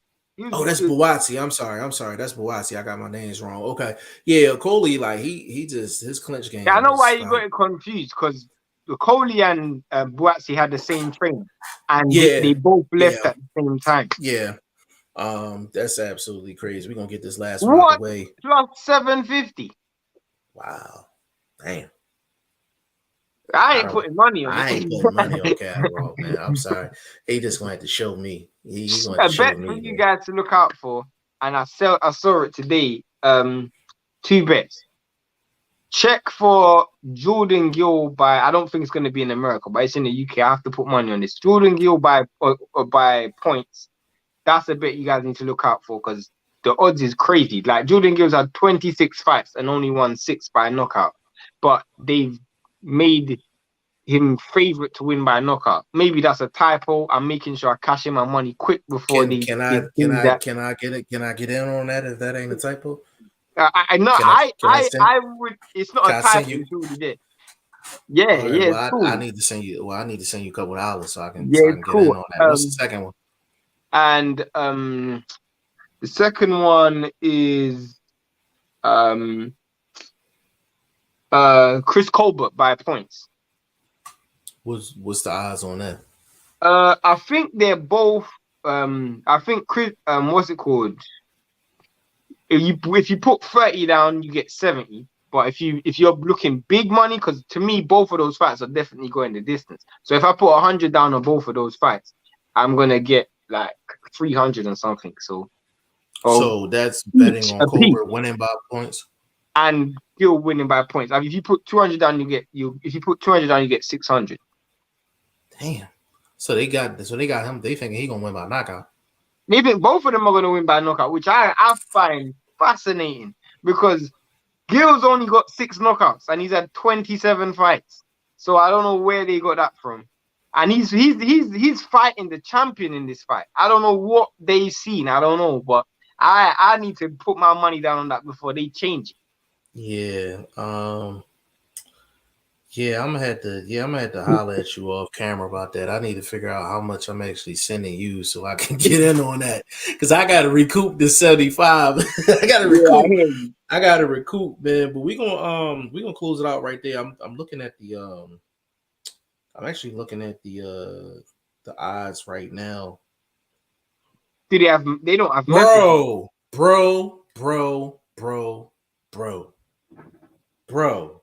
Go on. We got damn that. I'm saying it on camera. I'm saying it on camera. Do you want to guess what the odds are for Gary Antoine Russell versus Victor Postal? What is it? You know Victor Postal's an underdog, right? Yeah, I'm picking Russell to win. Yo, Victor Postal's almost a 5-1 dog. That's crazy. But I'm not surprised though, because Victor Post has been inactive. And Gary Russell's been on a good knockout streak. 5-1? Huh? 5-1 though? Almost 5-1. He's a plus 450. I'm not surprised, bro. I'm not surprised. I personally picking Gary Russell to win though. Anton Russell. I'm picking him to win. Bro, I am in complete shock. Bro. Plus 450 though? I'm not surprised because Postal hasn't fought in a while. What? Hold on. Wait a second. Before we get up off here, we getting ready to leave. No, he's plus 470. Excuse me.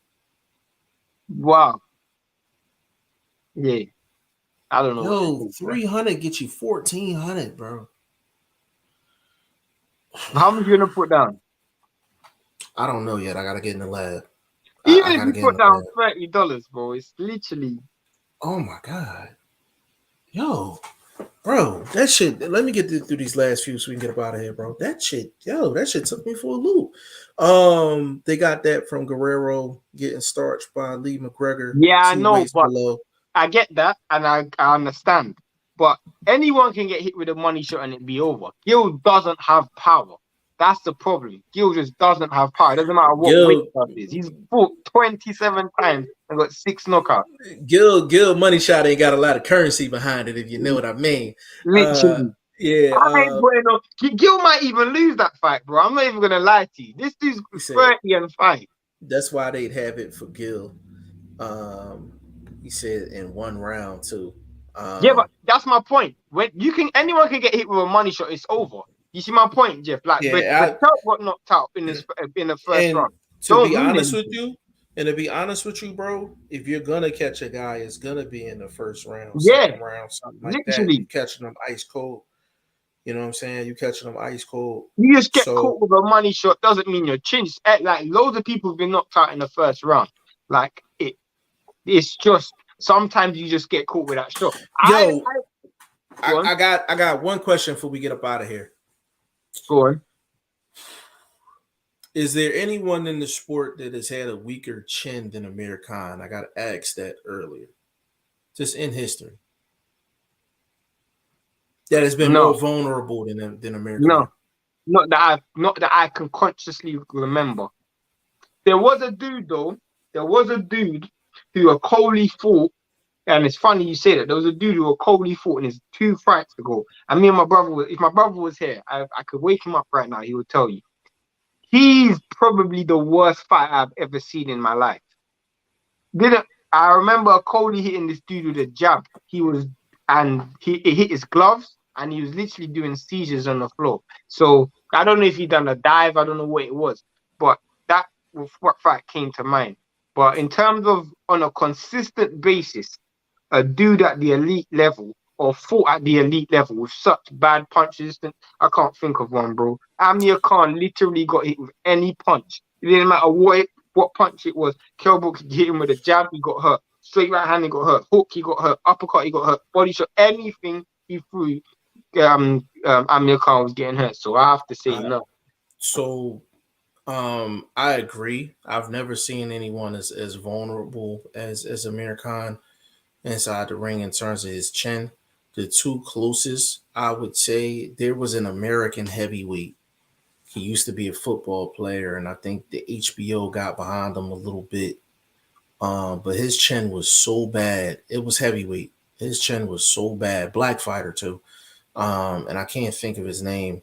But his chin was so bad, bro. It was like if the guy threw a shot, he was like, ooh, like, you know what I mean? Like his chin was that bad. And then I would say probably James Kirkland within the first 2 or 3 rounds of a fight. Yeah, there's a fight. There's another fight for you guys. The most entertaining fighter to me over the past 15 years. The most entertaining fighter of the past 15 years. If you're from a hardcore perspective, is a dude called Kudryashov, cruiserweight. Bro, this dude has the most first round knockouts. He has in the cruiserweight history, I think he's got like 20 first round knockouts. But he's got like 9 knockout losses. We need to find out. Do he have a highlight video? I'll find it. Like this. If you find it, what we'll do. So I have a shared. We got a share button on. We got a share button on here, so we can actually show it on here. And then another thing, I found out you can actually add sound effects to a sound effect board, and I think we need to create one because there's certain sound bites that we have that are legendary. Like if we can get Dick Rodney in a great form of transportation on a sound bite, like that'd be insane. You know what I mean? I mean, anything Blunt says. I want to cut. Yeah, I literally want to record him with his sayings and literally have him on this board and literally just when he says something, I just play that shit. Like that should be legendary. Wilder's brother. What about Wilder's brother? He hasn't. He says Sylvester Wilder. Say worst chin in history. You know what, bro? I haven't seen him enough to put him on the list. The projection is definitely there, but you know, he hasn't been in the ring enough. He hasn't been in the ring enough for me to throw him in that. He said, "No, that's not him." I'm assuming he's talking about another one. Fair enough. Okay. And that black fighter I was talking about, heavyweight. His name was I know his last name was Mitchell. Was it Seth Mitchell? Something Mitchell. And his chin was so bad, bro. You know who else chin is bad right now, bro? Mm-hmm. Gerald Washington chin is really, really bad right I mean, if we're in that situation, David Price. I mean, he's David Price is definitely the American of the heavyweight division, like, for sure. Man. Shalik the leader in the building, man. G5, you think Josh moving up after Saturday? I mean, what I was told, shout out to you, bro. What I was told was Sky Sports are gonna put a big offer up for Taylor versus Crawford, and Crawford not having much options. And he came out this week and said he don't mind going there and he loved the UK fans. And Sky had him on the commentary team last week, so apparently they're putting up some massive offer for that fight. I mean, I can see it happening. Yeah, big shout out to Jalik the leader, man. If you're not tuned into his channel, man, definitely go tune into him, man. I love Leak, man, because Leak is a free thinker. He don't give a damn what anybody think. Whatever come to his brain, whatever he believed, that's what he coming out and saying, man. I love Leak, man. Big shout out to Jalik the leader, man, for sure. No, I mean, and the thing that's crazy, if Bud was to take on Josh Taylor and beat Josh Taylor, he won't get respect for that either. Like, you know what I'm saying? And he should. Like, yeah, I mean, he said, I can see that. Will Stokes Wilder is a heavyweight from Ohio. He has the Guinness World Record for being knocked out 29 times in 50 fights. Oh, shit. That's Crazy. crazy. That's crazy. But we going to close it out right there, Yeah, man. bro. Shane, give him your social media, man. I'm Shane the number one. Exclusively on Instagram, man. Go follow Boxing First Vlog on YouTube.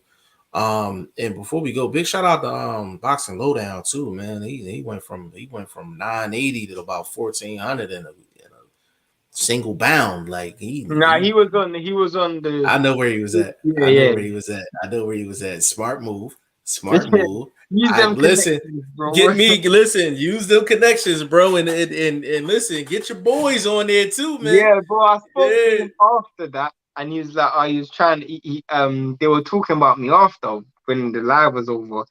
I'm like, "Yeah, we need to hook up, bro. We need to hook up." That's what I'm saying. We need to hook up. Bro. Yeah, we definitely need to Got hook some up, big man. connections. Let's put it that way. Yeah, you got to take advantage of what you have, brother. That's Literally. probably the biggest thing that once you create the platform, once you know you got a good product, you know, of course you're not in the business of using people and things like that, man. But if you got people that support you, that's willing to help you, man, then you gotta take advantage of that You at the see end of their the day, setup, man. bro. You see their setup. Set a claim, bro. Clean. Claim, bro. And the thing is, we're not in the same area, so we can't No, but obviously do bro, if that. we get to that stage where we're making that kind of money, we're Yeah, gonna like be in the same country. we're gonna be in the same country, so And it's I gonna have be no super clean. problem moving to America, bro. No Yeah, problem. that's Obviously, my only issue is I know you guys are real strict on this COVID stuff, so Nah, but COVID going away at some point, man. So yeah, we're gonna be able slowly, to run slowly, around. We're slowly. gonna be able to run around in these streets. You know what I'm saying? I said from 71 to 81. That's crazy. Then y'all can follow me all over the place, man. Facebook, Instagram, Twitter, G5 Jeff TV. We got a lot coming up, man. We got weigh-ins, we gotta do fights, we gotta cover. Go to G5JeffTV.com. Make your predictions for this weekend. We gotta I mean it's a lot of fights. A lot of fights, man. So we're gonna be extremely active. We'll actually be back on tomorrow, and because we got more to chop up.